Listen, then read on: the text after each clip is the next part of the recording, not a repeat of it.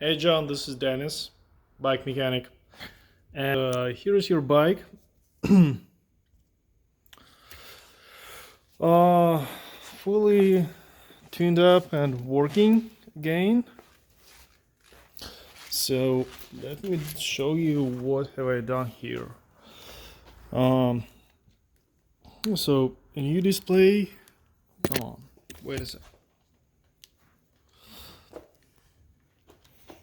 New display. Uh, 1, 2, 3.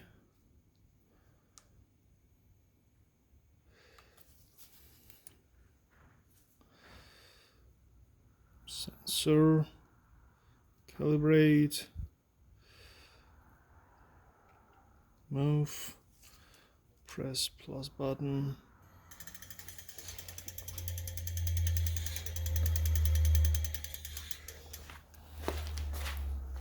So I rerouted all the cables and gathered them. So all the cables, all electronics are going through these thick housing, and some housing here and here. On the other side, on the other side is just one single, that's the front gear cable. I replaced your rear housing because it was torn here. Rear so housing and gear cable you have new. I replaced for you both brake pads, front and rear. Also I did the bleeding procedure on the rear brake because it was really soft. Right now it feels way better, the same as the front one. It took me the whole day on Friday basically. Also what I have changed here from my stuff, that thing, it was broken, so this ring I replaced. Just in case if you forgot your key, you can peel off this square piece, get there with a flat screwdriver and pry the key and pry the lock. This is the way how you can take the battery out without a key, but please don't tell it to anybody.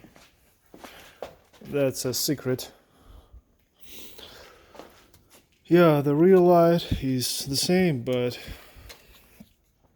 those wires can be changed, so I would solder those wires. If you're willing to get a new light, I would just replace it.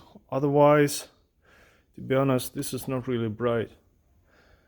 I would, instead of this one, I would offer you having a blinker, because this in New York City, that thing is not enough. I have blinker here under the seat, but you may have it instead of your original light. I think you asked me about a stronger rack, which I can install for you instead of this one. That's by the way, the Rack Time is offering racks. If you Google it on Amazon, there are Rack Time racks, rack bags. They're not really big, but let's say better than nothing. So yeah, I'm not locking the battery because I don't want to open it from the back. So just keep it open.